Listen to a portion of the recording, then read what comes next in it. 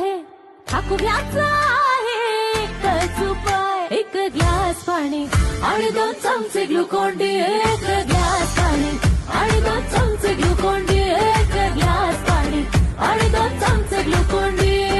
यांचा जोर आणि थकवा नो मोर.